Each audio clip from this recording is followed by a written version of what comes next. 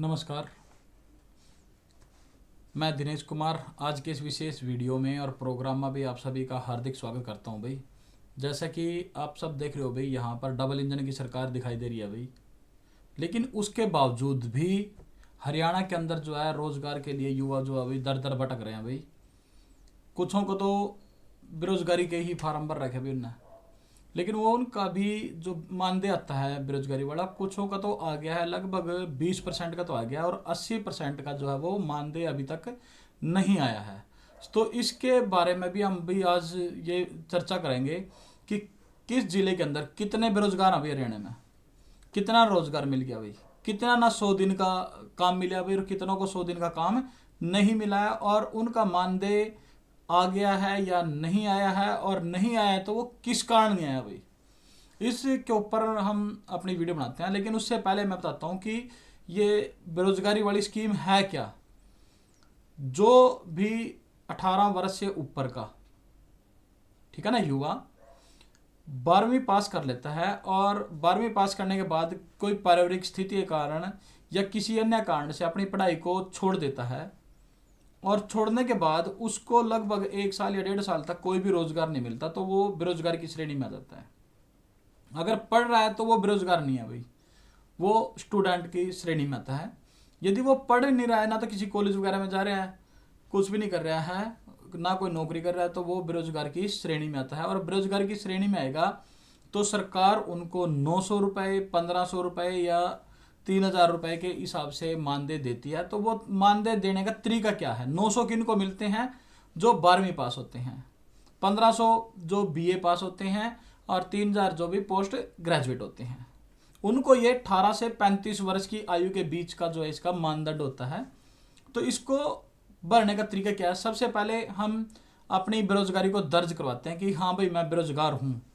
तो उसके लिए सरकार ने साइट बनाई हुई है, और उस साइट का नाम है hrex.gov.in। इस साइट पे जाने के बाद यहाँ पर अपना वो रजिस्ट्रेशन करेगा, लेकिन जैसे ये साइट खोलते हैं ना हम hrex.gov.in, तो हमारे सामने ये खुल के आता है कि नववर्ष 2024 की देशवासियों को हार्दिक शुभकामनाएं। योजनाओं का लाभ जन जन तक पहुंचाया, हरियाणा में अब हर वर्ग मुस्कुराया। लेकिन ये बात इस बेरोजगारी वाले पे नहीं कर सकती सरकार, भी कह नहीं सकती, क्योंकि जो युवा बेरोजगार थे उनका कोई ना कोई रीजन देके जो है उनका मानदेय को काट दिया गया। अभी वो वेट कर रहे हैं। मेरे पास कईयों के जो है फ़ोन कॉल भी आते हैं कि सर सक्षम के ऊपर भी बनाओ, सक्षम के हमारा जो मानदेय क्यों नहीं आ रहा, तो उसके ऊपर बनाएंगे। लेकिन उससे पहले सरकार ने जो ये बैनर दिखा दिया भाई, इसके बारे में बात करेंगे। और यहाँ पर सरकार ने इस बैनर में दिखाया कुछ नई पहलें। कौन कौन सी पहलें हैं वो?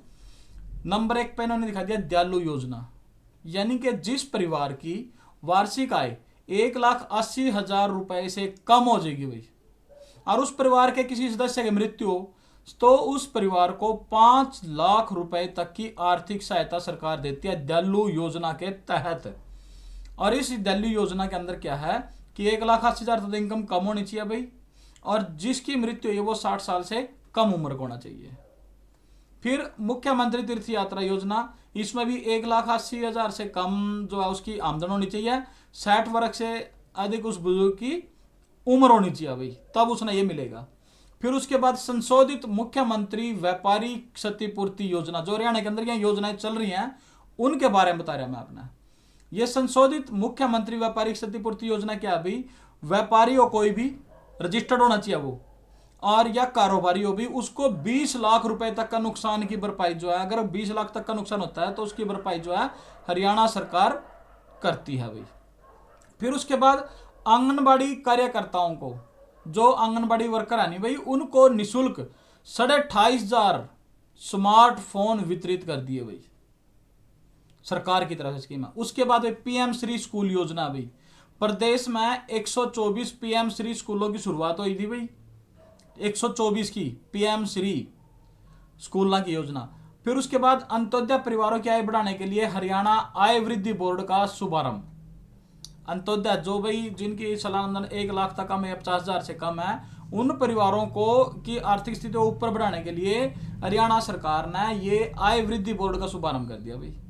फिर उसके बाद अभी हरियाणा अंत्योदय परिवार परिवहन योजना, यानी 1 लाख से जिनकी वार्षिक आय कम है भाई, उन परिवारों को राज्य परिवहन की बसों में मुफ्त यात्रा सुविधा, यानी कि हरियाणा रोडवेज की बसों में मुफ्त यात्रा भाई 1 लाख से कम।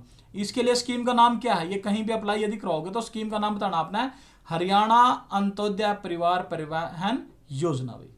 उसके बाद मुख्यमंत्री अंत्योदय दुग्ध उत्पादन सहकारिता प्रोत्साहन योजना भाई।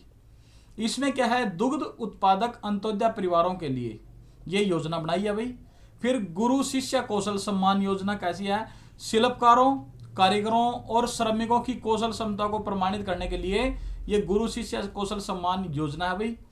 वीडियो ज़्यादा लंबी बन जाएगी भाई, इसीलिए थोड़ा जल्दी से बता रहा हूँ। मुख्यमंत्री शहरी आवास योजना थी भाई।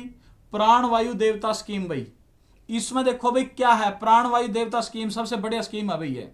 इसमें क्या है कि पुराने वृक्षों की देखभाल हेतु 3819 वृक्षों के अभिरक्षकों को 250 प्रति वृक्ष वितरित करे जा रहे हैं। यदि किसी के पास बहुत पुराने टाइम का वृक्ष है और भाई उसकी उम्र आपको ये लगती है कि वो 60 साल की उम्र का है, तो उसके लिए फॉर्म अप्लाई करो भाई, और उसको 250 रुपये पर मंथ, यानी प्रति महीने जो 250 रुपये उसको मिलेंगे।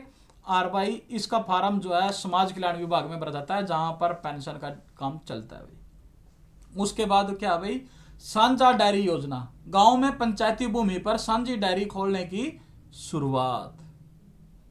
ठीक है, वन टाइम सेटलमेंट स्कीम भाई, व्यापारियों व कारोबारियों के कर बकायों के सम्मान हेतु ये स्कीम चला दी। ओटीएस स्कीम बोलना जिसना भी बैंक में होती है, जैसे अपना ऋण ले लें बैंक में, तो आप लोन वगैरह ले लें और उसकी भरपाई नहीं कर पाते, तो बैंक कहता है कि चलो भाई हमारे साथ सेटलमेंट कर लो उसकी, और वो एक टोकन मनी ले लेते हैं आपसे और फिर उसकी ओटीएस करते हैं, वो ये स्कीम है। अच्छा भाई, जो विदुर हैं और अवैध हैं उनको 2750 रुपये मासिक पेंशन, अब यह 3000 होगी भाई। ठीक है, महिलाओं के लिए 33% राशन डिपो आरक्षित भाई, जो यहाँ राशन बांटने वाले हैं वो 33% उनको भी डिपो वितरित भी करेगी। नशा मुक्ति अभियान के तहत 1 से 25 सितंबर तक साइकिल रैली आयोजित कर दी सरकार ना भाई, यहाँ इनकी पहल थी सरकार की, वो उसके बारे में बता रही भाई। तो अब उसके बाद भाई आयुष्मान चिराई योजना भाई, 3 लाख तक के परिवारों की वो कर दी थी। अब 1,80,000 से वार्षिक आय कम वालों को 42 लाख परिवारों को घर बैठे बीपीएल राशन कार्ड सरकार ने दिया भाई। परिवार पहचान पत्र, ये देखो भाई, जो इसके बारे में सारे परेशान हो रहे, आज भी एक वीडियो डाल दूं मैं परिवार पहचान पत्र या फैमिली आईडी के ऊपर, लोग दबादब उसके ऊपर कमेंट करेंगे, तो वो चीजें चलती हैं। तो इसमें क्या, परिवार पहचान पत्र में क्या डाल दिया उन्होंने, प्रोएक्टिव मोड पर भाई हैंडीकैप पेंशन, बुढ़ापा या ओबीसी प्रमाण पत्र की शुरुआत। अब ओबीसी प्रमाण पत्र में भी सरकार से हम एक बात जरूर रिक्वेस्ट करना चाहोगे, आग्रह करना चाहोगे कि जो ये ओबीसी प्रमाण पत्र सरकार इस फैमिली आईडी के ऊपर बनावा है ना, तो इसमें समस्या रही बहुत से बच्चे ना। समस्या क्या रही है कि पहला तो कुछ भी फैमिली आईडी के अंदर नाम चढ़ा देते थे जी, और क्या होता था, अब ओबीसी प्रमाण पत्र में मां और बाप दोनों के नाम को प्रमाणित किया जाता है आधार कार्ड से। अब मान लो भाई किसी के पिताजी का आधार कार्ड जो है वो राम कुमार के नाम से बन गया, और बच्चे के कागजों में उसके पिताजी का नाम है राम कुमार वर्मा या राम कुमार टाया या राम कुमार शर्मा, तो उस बच्चे को ओबीसी प्रमाण पत्र बनवाने में समस्या हुआ, उसको ये वेरीफाई नहीं करता। और यदि भाई उसको मृत दिखाओगे तो मृत्यु प्रमाण पत्र की जरूरत होगी भाई, और मृत्यु प्रमाण पत्र में भी शायद वो राम कुमारी बन का जाए। तो ये चीज सरकार से आग्रह है हमारा भाई कि ओबीसी प्रमाण पत्र के लिए बच्चों के जो फैमिली आईडी में डिटेल चढ़ी हुई थी उसी के आधार पर सत्यापन करवाओ जी, क्योंकि हर एक माँ बाप को बच्चे के माँ बाप के नाम को, माँ का नाम हो, बाप का नाम हो, या उसकी उम्र वगैरह जो भी है फैमिली आईडी के अंदर, उसको वेरीफाइड जरूर करवाओ सर। और जब वो चीज वेरीफाइड हो जाएगी तो उसने ओबीसी प्रमाण पत्र में कोई भी दिक्कत नहीं आने की। मेरे पास ऐसा ही एक केस आया था जिसमें बच्चे के बाप का नाम रामपाल हो गया और जो बच्चे के डॉक्यूमेंटों में है उसमें वो सरनेम लग गया, और उससे वो जो है उसका जाति प्रमाण पत्र बना ही नहीं, और बहुत धक्के, आज के टाइम में भी शायद धक्के खा रहे होंगे इस चीज के लिए। इससे अच्छा तो इसको जी ऑफलाइन ही कर दो, ऑफलाइन अप्लाई हो जाएगा, दोनों ऑप्शन दे दो, ऑफलाइन का भी और ऑनलाइन का भी। जब तक ऑनलाइन वाले सिस्टम में सारी शुरुआत अच्छी नहीं होती नहीं, तब तक के लिए ये चीज जरूर करवाओ जी। फिर भाई चलो ये जितनी भी वो थी, आशा वर्कर के मानदेय भाई 4000 से बढ़ाकर 6100 रुपये कर दिया भाई। जो मानदेय था आशा वर्करों का 4000 था पहला, 6100 कर दिया। पराली प्रबंधन का था भाई, किसानों को 138 करोड़ की प्रोत्साहन राशि जारी कर दी भाई। गन्ने का भाव 372 से बढ़ा करके 386 रुपये क्विंटल कर दिया भाई। शक्ति पूर्ति पोर्टल के माध्यम से नुकसान की भरपाई, किसानों को 112 करोड़ का मुआवजा। लेकिन यहाँ पर जी कैथल में भी बहुत नुकसान होया था, लेकिन उसके बावजूद भी ये कह दिया था कि कैथल में तो कोई नुकसान है ही नहीं भाई, कैथल में कोई राशि नहीं मिली थी। तो अब भी जो ओलावृष्टि वगैरह या बारिश अब हुई है नहीं, उससे भी नुकसान हो है। आज और कल जो होने लग रही है ना, उनसे भी नुकसान, कल वाले का तो नुकसान बहुत ज़्यादा होया जी। उसका भी थोड़ा सा सरकार तैयार करे करेंगे कि भी इस चीज़ का जरूर संज्ञान में लेवा और फार्म भरवा भाई। अच्छा, उसके बाद भी जो ये अपनी कापी बने रहा है भवन निर्माण वाली, उसमें क्या महिला श्रमिकों की सिलाई मशीन 4500 रुपये की राशि देवा। यहाँ आदमी ना साइकिल के लिए ये 5000 देवा भाई। पुलिसकर्मियों का 2.5 गुना भत्ता बढ़ा दिया भाई। एशियन गेम 2022 में हरियाणा खिलाड़ियों ने 30 पदक जीते भाई। हरियाणा में 100% रेलवे विद्युतीकरण का कार्य पूर्ण हो गया भाई। अम्बाड़ा में प्रदेश के दूसरे हवाई अड्डे का शिलान्यास कर दिया भाई। कैथल और यमुनानगर में 2 नए सरकारी मेडिकल कॉलेजों का भूमि पूजन करा भाई। राशन डिपो धारकों का कमीशन 1.5 रुपये का बढ़ाया भाई 2 रुपये कर दिया। सरपंच का मानदेय 5000 और मेंबर का भाई 1600 कर दिया सरकार ने। ये सरकार की उपलब्धियां और भाई पहल थी, ये तो इनके बारे में है। तो अब जो हमारा मेन वीडियो का वो था ना कंसंट्रेशन, वो बताते हैं हम। उसमें क्या है कि ये चीज पहल के बाद इसको चलो यहाँ पे क्लोज करके अब चलते हैं अपनी मेन बात पे। ये है भाई हमारा बेरोजगारी भत्ते वाली साइट, और इस साइट के ऊपर जो है ये साइट अभी director of employment government of Haryana. यहां पर हमने क्या करना है, लॉगिन पेज पे जा करके साइन इन रजिस्टर, यदि वो पहले से ही इस साइट पर रजिस्टर्ड है तो उसको साइन इन कर लेना है यूजर आईडी पासवर्ड के द्वारा। अदरवाइज तो उसको भी यहां से रजिस्टर्ड कर लेना है, यहां से रजिस्ट्रेशन है। एक रिक्वेस्ट है भाई, वीडियो ना स्किप ना करियो। अगर स्किप कर देते तो आप मेरी बहुत सी वीडियो को समझ नहीं पाते, और उसके बाद जो है मेरे पास या तो कॉल आती है या फिर कमेंट आते हैं, और उन कॉल का कमेंट का फिर कोई मतलब ही नहीं बनता। जब आप लोग मेरे से ये पूछो ना कि अभी सर ये आपने ये बताया था, इसके बारे में पूरी डिटेल दो, तो मैं वीडियो के अंदर पूरी खोल कर बताऊं भाई। वीडियो चाहे मेरी 10 मिनट की जगह पे 20 मिनट की बन जाए, 20 मिनट की जगह पे चाहे 50 मिनट की बन जाए, लेकिन आप लोगों का आग्रह है कि इसने स्किप ना करो, इसने पूरी देखो भाई। और वीडियो ना भाई जरूर शेयर करा करो, शेयर परसेंटेज आपकी बहुत कम है, और यहीं से जो अभी थोड़े डिमोशन हो जाए, हमारी प्रमोशन की बजाय डिमोशन हो जाए। तो आप लोगों का रिक्वेस्ट अभी शेयर भी करो, इसना लाइक भी करो, और अधिक से अधिक भाई सदस्य जोड़ो अपने इस चैनल पर, ठीक है ना। तो यहां से आपने रजिस्टर्ड करना है, साइन इन करना है। अभी साइन इन तो यूजर आईडी पासवर्ड आपके पास उससे कर सकते हो। रजिस्टर्ड में नया हमने यहां पर रजिस्टर्ड करना पड़ता है, रजिस्टर्ड है जॉब सीकर और एम्प्लॉयर। ये रजिस्ट्रेशन जब आप कंप्लीट कर लोगे नहीं भाई, किसी भी सीएससी पर जाना है और ऐसे व्यक्ति से रजिस्ट्रेशन करवाना भाई जिसको इन बातों के बारे में पूरा नॉलेज हो, क्योंकि इन पर ऑब्जेक्शन आवा है ना तो बार बार अपना परेशान होना पड़ा, क्योंकि जिले में जाकर के ये फार्म जमा करवाने पड़ते हैं। तो यहाँ पर जैसे आप लोग रजिस्ट्रेशन कर दोगे, अपने एजुकेशन वगैरह सारे चढ़ा दोगे, तो इस फार्म को आपने जमा करवा देना है अपने जिले के रोजगार कार्यालय में। उसके बाद जब ये रोजगार कार्यालय वाली आपकी आईडी जनरेट हो जाएगी, आपके पास इसकी एनओसी बन के आएगी। उस एनओसी को लेने के बाद हमने दूसरी साइट पे जाना है। उसके बाद अब यहाँ पर भी वही है भाई कि सरकार की सारी विशेषताएं गिना दी उन्होंने उस चीज के बारे में, यह हमने बताई दी थी। अब क्या करना है, हमने इस साइट पर आना भाई HREYAHS.gov.in। जैसे ही इस साइट पर हम आएंगे तो यहां पर यह साइट खुलेगी भी रोजगार विभाग हरियाणा की। यहां पर हमने देखो स्कीम नोटिफिकेशन आ जाएगा, एप्लीकेंट डिटेल आ जाएगी, राइट सर्विस आ जाएगी, मीडिया आ जाएगा, जॉब अपॉर्चुनिटी आ जाएगी। तो यहां पर इसके होम पर जाने के बाद हमने अपने आप को सक्षम युवा के अंदर साइन इन साइन अप ये चीज करनी है। तो यहां पर भी अब जब हम फॉर्म भर देंगे, वहां पर हमने क्या करना है कि देखो इसके अंदर जैसे दिखा रखे हैं +2 पास करंट बेनिफिशियरी कितने हैं भाई, टोटल है 2,61,573 भाई। और यहां पर 10+2 पास कितने अभी 1,68,209, बीए पास अभी 70,432, पोस्ट ग्रेजुएट 22,932। ये अलग अलग अभी 12वीं वाला तो यहाँ पे वो कर सकता है अभी अपना रजिस्ट्रेशन, बीए वाला और पोस्ट ग्रेजुएशन वाला इस पर कर सकता है अभी। फिर उसके लिए हमने सक्षम युवा के लिए साइन अप अपना करना पड़ेगा, पहले अपनी आईडी बनानी पड़ेगी, फिर वो आईडी पे यूजर आईडी और पासवर्ड आएगा, तो उसके बाद हमने साइन इन करना है। और साइन इन करने के बाद जो है हम अपनी आईडी बना लेंगे, इसमें डॉक्यूमेंट अच्छी तरह से कवर कर देना है और इस फॉर्म को जो है आपने जमा करवा देना। उसके बाद जो है वो आपको पैसे आने लग जाते हैं। 12वीं वाले को 900, बीए वाले को 1500 और जो पोस्ट ग्रेजुएट है उसको मिलते हैं भाई 3000। तो ये पैसे आने शुरू हो जाते हैं भाई। अब इन पैसों को हमने सुरक्षित कैसे रखना है कि भी हमारे आते रहें। नंबर 1 तो इसके अंदर सारी सटीक जानकारी डालनी है भाई। सारी सटीक जानकारी डालने के बाद यहां पर देखिए जिलावार जो है भाई, अब आपको हम ये दिखाते हैं कि किस जिले के अंदर कितने जो है बेरोजगार हैं भाई, पंजीकरण जिन कर रखे भाई। ये जिलावार बेरोजगारों की स्थिति है भाई। बेरोजगार सिरसा में ये इतने हैं भाई, फतेहाबाद में इतने, हिसार में इतने, ये सारे मैंने अपने वीडियो के अंदर आपके सामने डाल दिया भाई। इस चीज को आप लोग देख लेना भाई। अब इसके अंदर समस्या कहाँ है भाई, परेशानी कहाँ है, चेक कैसे कराऊंगा उसने।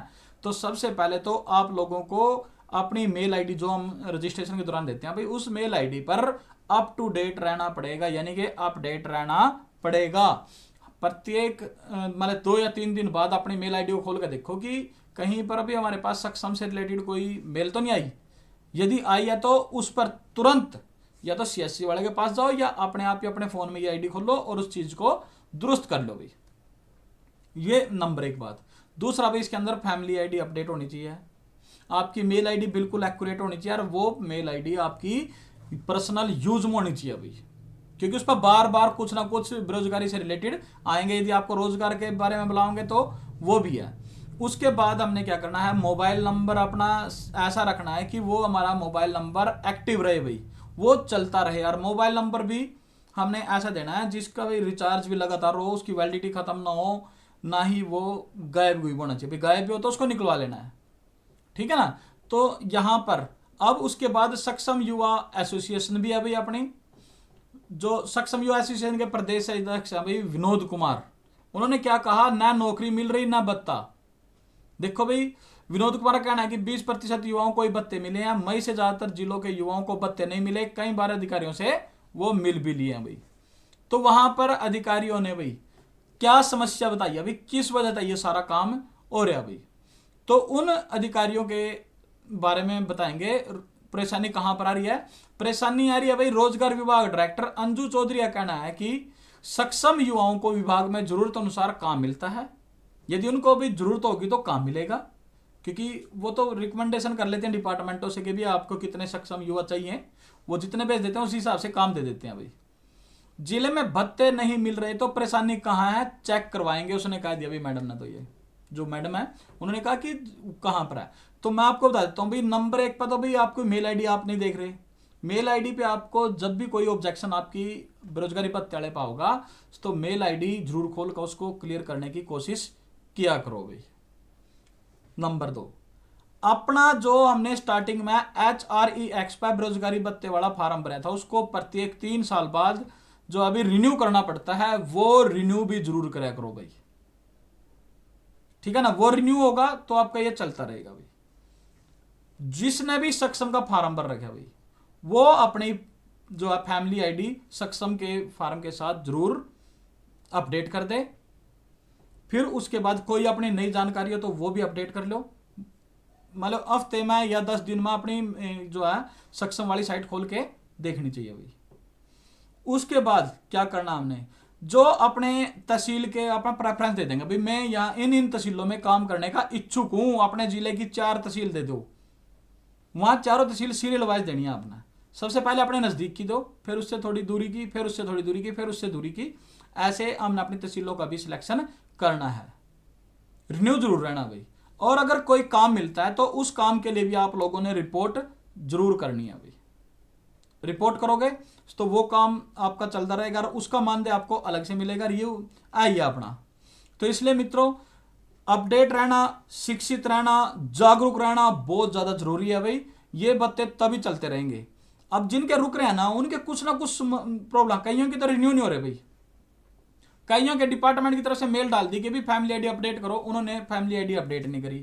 कईयों को डिपार्टमेंट ने जो है भी काम अलॉट कर दिया, अभी आपको इस दफ्तर के अंदर काम करना है, वहां पर वो काम के लिए नहीं जाते तो डिपार्टमेंट ने उसको जो अभी डिसमिस कर दिया 1 साल खातर, 2 साल खातर, तो उसकी वो होगी। कईयों क्या है कि डॉक्यूमेंट क्लियर नहीं होंगे भाई, स्टार्टिंग में ही आ जाए समस्या, डॉक्यूमेंट क्लियर नहीं हुआ है।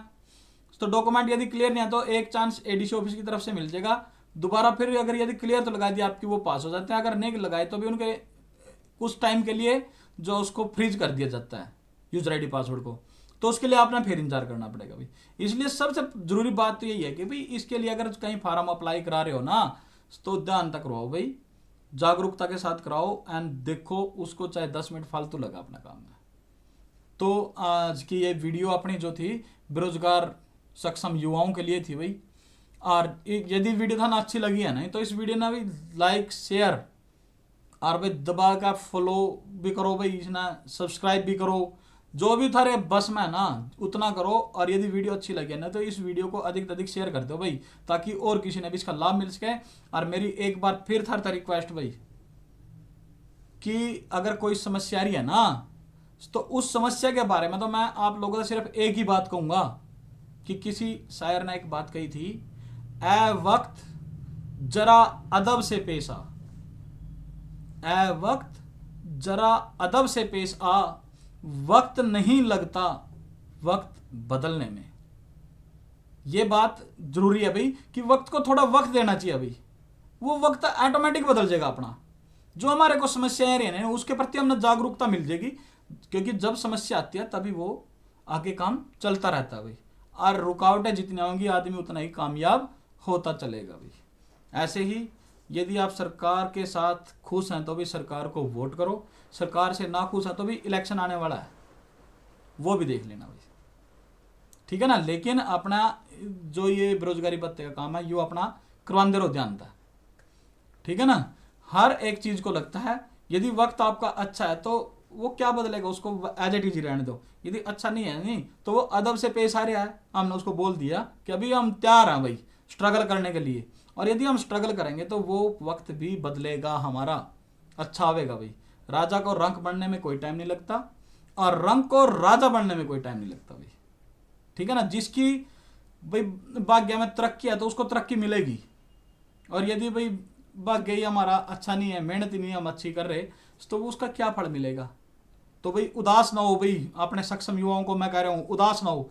यदि आपको कोई समस्या आ रही है ना, उस समस्या के लिए आपको बार बार स्ट्रगल करनी पड़ेगी भाई, कोशिश करो और एक ना एक दिन आपकी जीत होगी। ये मेरा विश्वास है भाई, थारा विश्वास नहीं।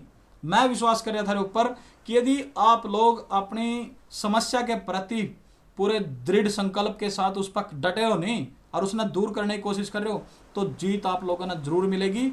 और भाई वीडियो बहुत ज़्यादा लंबी होगी, अब आप लोगों का मैं सिर्फ एक ही बात कहूँगा, वीडियो पसंद आएगी तो भाई इसने ज़रूर लाइक कर दो, शेयर भी कर दो भाई। और भाई अपने दिनेश कुमार भाई को, बेटे को, मित्र को इजाज़त दो भाई। फिर आगे किसी अन्य वीडियो के साथ कोई प्रोग्राम आपके सामने लेके आएंगे। तब तक के लिए जय हिंद, जय हरियाणा, जय भारत, जय गौ माता।